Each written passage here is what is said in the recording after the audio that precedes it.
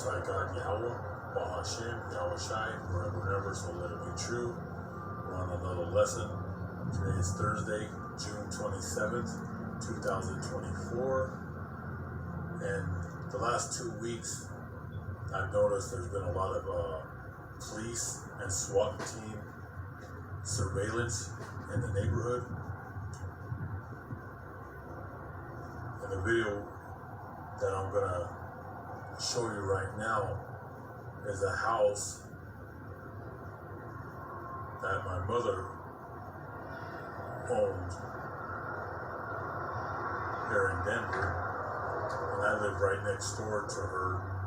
She passed away in 2019, and me and my two sisters sold the house in 2023 to a Denver developer, and they're supposed to be knocking the house down in the middle of July. The last 2 weeks there's been a lot of police surveillance in the neighborhood with the SWAT team. So the house is empty, and they're doing training exercises right next to my home. This is my mother's home. Like I said, we sold it to a Denver developer, and they're doing these training exercises. Yesterday, I came home after I did my video. The whole block was filled with SWAT trucks. The whole block. I would say probably 18 to 20 Suburbans, all black trucks, white with tinted windows, but they're about to do some drills, and it's right next door, and I'm on top of a building here, and I'm gonna take the video so you brothers and sisters can see this is what's coming. It's called in-house cleaning. They're going to be putting perimeters. See, they're already training for in-house cleaning. Okay, this is when they're going to go and put perimeters around the cities, and they're going to go house to house, and they're going to take your assets, and they're going to take your weapons. This is going to happen in every American city. Okay, so I'm going to take this video on top of this building that's just down the street from my home, and then I'm going to get closer and to my house and video it. But they're all gathering right now in front of my mother's home. Like I said, it's empty, and it's going to be knocked down because I got a letter in the mail saying that, because we live right next door, that they're going to be knocking the house down. And but they picked this house to be doing these training exercises, okay? And it's going to come to a neighborhood near you. This is coming, all right? So I'm up here on a balcony, and I'm going to show you the men that are gathering outside right now.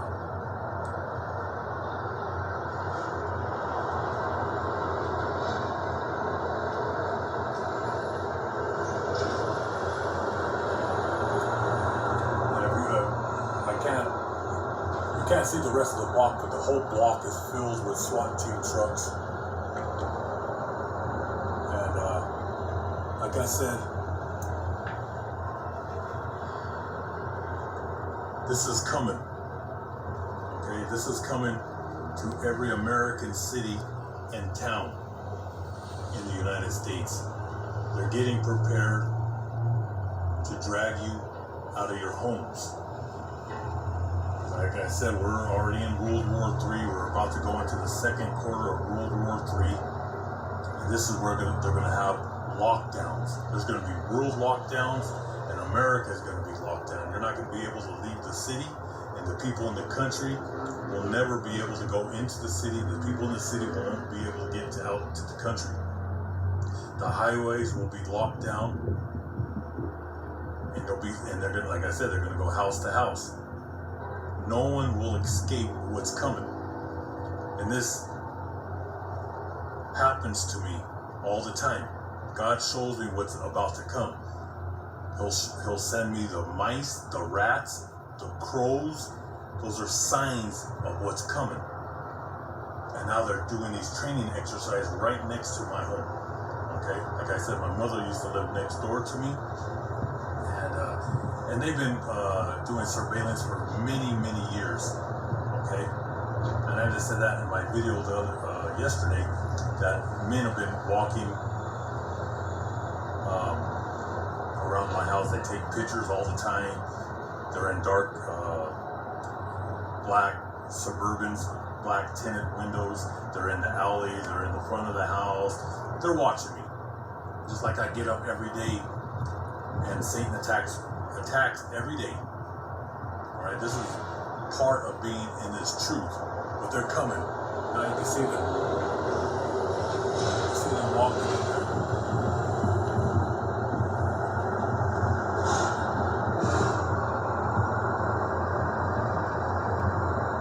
They got their dogs.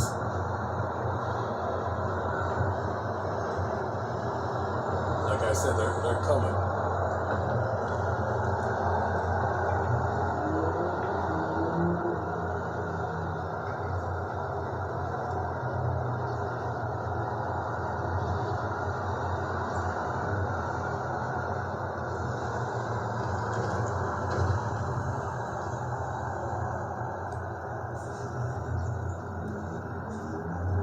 I'm going to get a little closer. Like I said, I'm going to get closer. I can.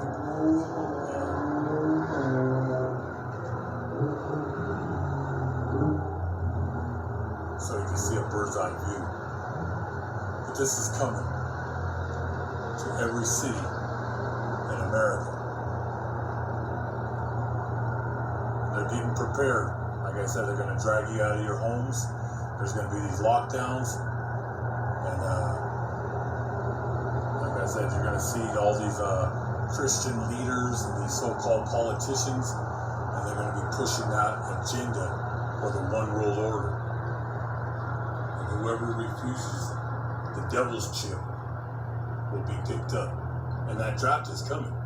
They're getting these SWAT team members, the military, your army. They'll be going door to door, picking up young men and women for the draft. Okay? The whole block is filled with military vehicles, SWAT team vehicles, excuse me. But like I said, this is the branches of government, and they're coming. They're coming. They were here yesterday. Like I said, when I came back from my video, the whole block was filled. They were just staring at me. And my son, about 2 weeks ago, he told me there was 2 trucks with tinted windows in front of the house. So I said, that must be the owner, that developer, because he drives a big truck.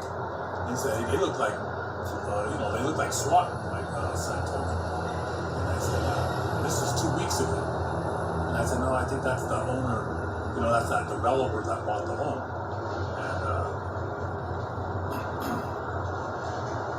And it ends up, yesterday, the whole block was filled with the SWAT team, and they're in there today. They're going to be doing exercises.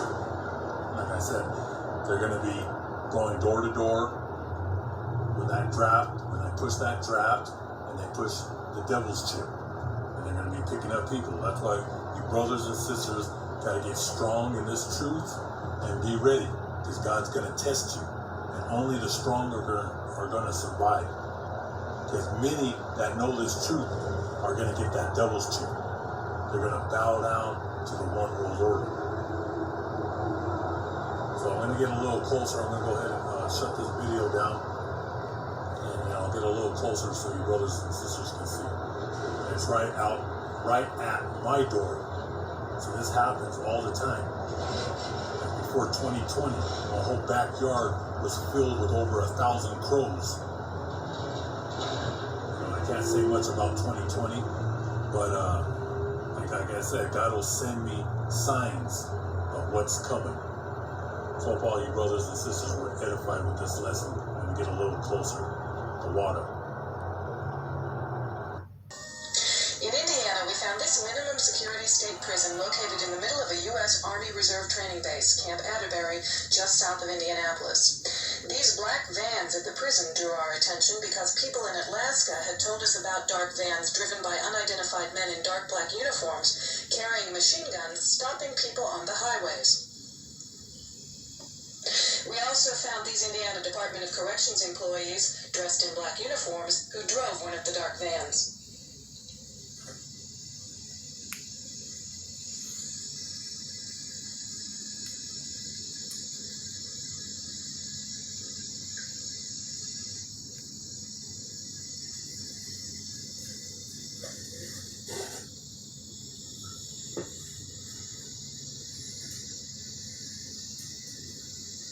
We found that these state facilities are being built in the middle of U.S. Army property, not just in Indiana, but other states, as people sent us pictures of such facilities in their states, such as this facility at Camp Pinckney in Brighton, Michigan.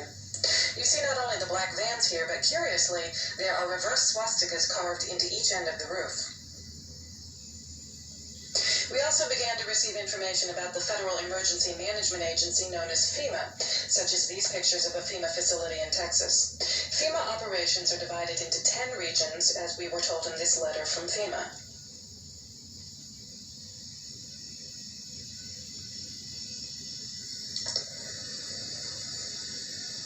The American public has been led to believe that FEMA is for disaster relief operations. Yet if we look at military manuals, such as FM 4130, the U.S. Army Civil Affairs and Operations Manual, you'll find the details about who FEMA really is.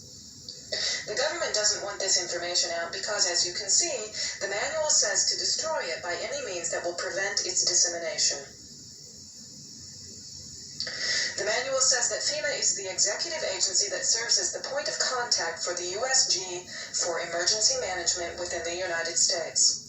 Under Executive Order 12148 of July 20th, 1979, the President transferred all functions from the Civil Defense, Civil Preparedness agencies under the Department of Defense to FEMA.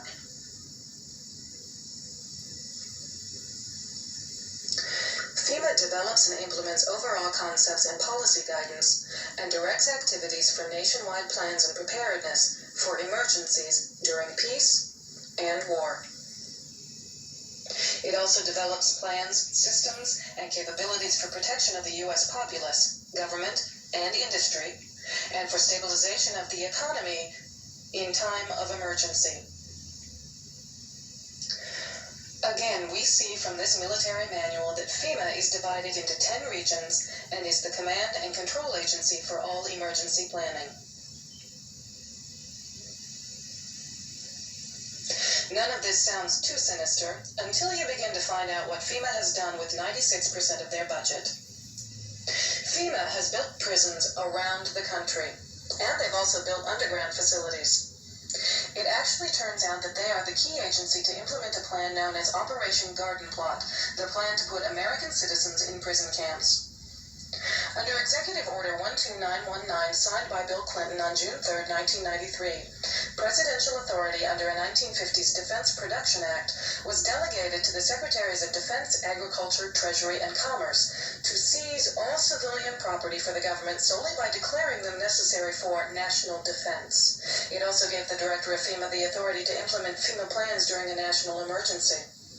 Most people don't realize that this country has been in a declared state of emergency since the Federal Emergency Act was enacted in 1933, which was the beginning of FEMA, and also gave presidents the authority to issue executive orders. Each president since then has issued an executive order declaring a state of national emergency.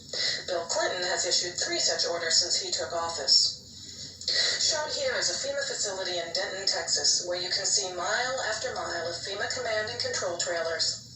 These trailers are self-sustaining and contain electrical generators and communications equipment that can be moved out anywhere in the country to start a FEMA operations center.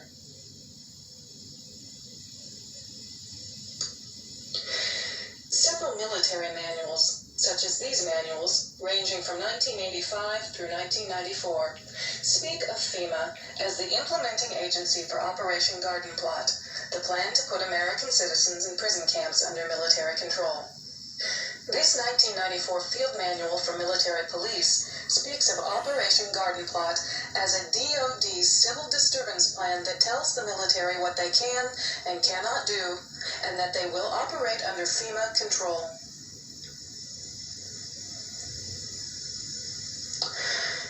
This is a FEMA facility in Denton, Texas, with Region 6 plainly noted on its sign from the FEMA regional map. Notice that this agency that is supposedly to protect us is highly guarded with electronically controlled fencing, topped by barbed wire, guarded by speakers and cameras. There are numerous sophisticated satellite, microwave, and radio towers inside the fencing. Much of this can be said to be needed in the case of a national disaster or emergency, but one recent communications development of interest is that all federal and state police agencies have gone to the same radio frequencies, so that we do now have a nationwide communication system among all the police agencies and FEMA. This particular FEMA facility can hold about 500 people underground. One way to determine the size of the underground facility are the vents, such as these, sticking out of the ground for ventilation to the underground areas. The FEMA plans to imprison American citizens have generated a lot of interest around the country in locating the potential prison camps throughout the country.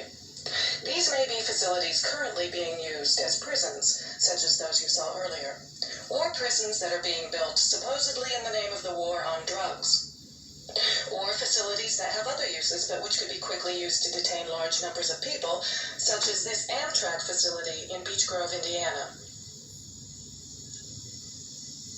We're standing now in the main parking lot, which doesn't look too sinister. At this level, it is a very large parking lot, fenced on all sides by fence topped by barbed wire. It also has these electronically operated turnstiles.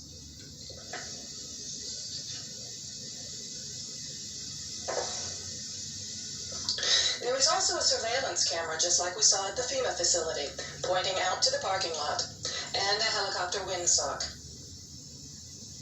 All of these apparent security measures are particularly unusual here, because this is a very low crime area, and this facility is nothing but an old train repair station with nothing in it worth stealing. In this portion of the parking lot is a brick building, suitable for processing, next to a gate that leads right out to the railroad tracks, and all of this is contained inside a fully fenced area, now 3 layers deep in fencing at this point. This U.S. Air Force train indicates federal and military involvement. Facing the opposite direction, you can see that this area, too, is a very large fenced area with railroad track running the length of the fence, and plenty of warehouses.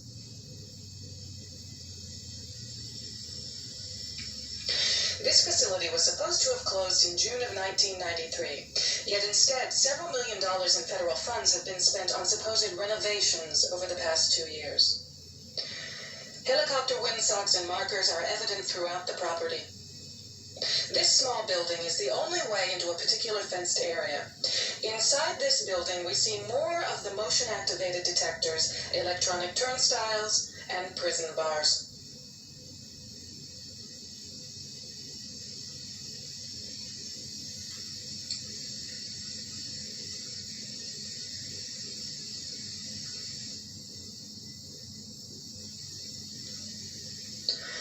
All of the renovations to this property have involved putting in new fencing, electronic turnstiles, concrete flooring in unused warehouse buildings, and putting in large gas furnaces on buildings that were never heated any time in the past 20 years.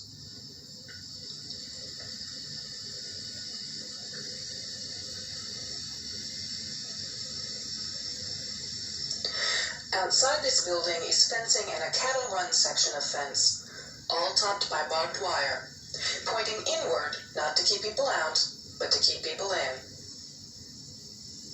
This was common throughout the facility, particularly the new fencing that had been erected.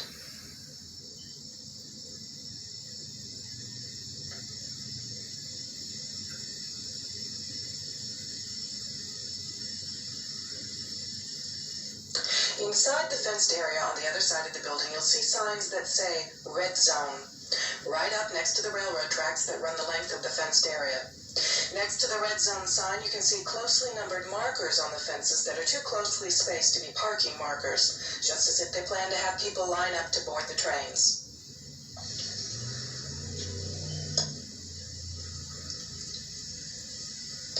Here's a helicopter marker on the power lines outside the facility, indicating expected helicopter traffic, and again, another tall radio antenna. Looking around, you can get an idea of how huge this place is and how many people it could contain in its fenced-in area. In yet another fenced area, we see a large warehouse building at the end, with the electronic turnstiles in front of it. The building is one that has a new concrete floor, and its doors and windows have all been blocked. Outside, there are new gas pipes.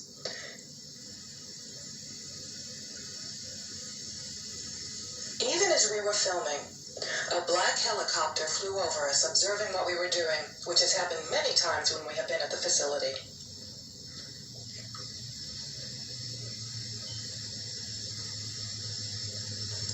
The gas lines and gas pipes at the facility run the length of the buildings.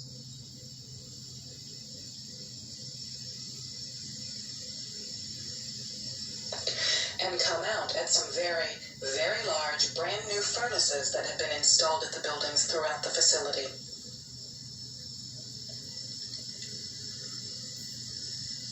We found this crane, which has seen better days, but is plainly marked U.S. Army in the middle of the stockyard.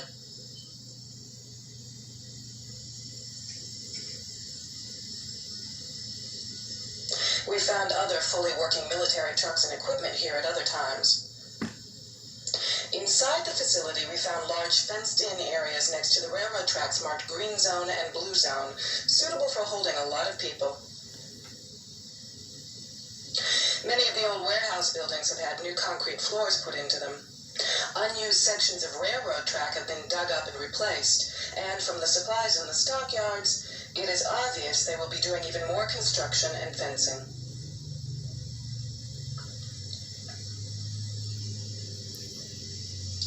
Senator Lugar of Indiana recently obtained more federal funding to renovate this facility, which is supposedly only for the repair of broken trains and where most of the buildings on the property haven't been used for years. It certainly appears they are expecting more than just broken trains. This tower, overlooking the entire facility at one end of the facility along the railroad tracks, also has a radio antenna on it with a ladder up inside of it. It would make an excellent watchtower.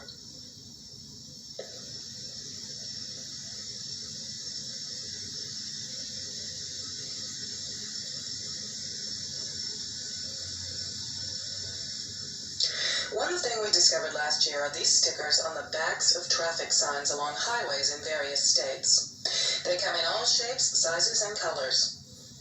These you're seeing now are in Indiana. We found a veritable smorgasbord of these stickers near Crane Naval Air Station. As we approached the facility, the stickers we could see were solid, and as we drove away from the facility, the stickers we could see were the same shapes and colors as those on the other side of the road, but they had holes in them. We believe these are what are called tachomars, which is a military acronym for Trip Transport Markers. We have found these stickers in many different states, such as these in Michigan and Kansas. Following the blue ones in Indiana, we often end up at railroad tracks. In Utah, following blue stickers led to missile storage sites.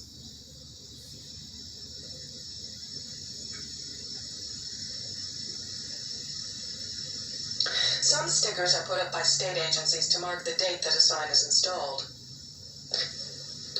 These are easy to distinguish from the troop movement stickers because they have a date and the name of the agency that inspected the sign or sticker.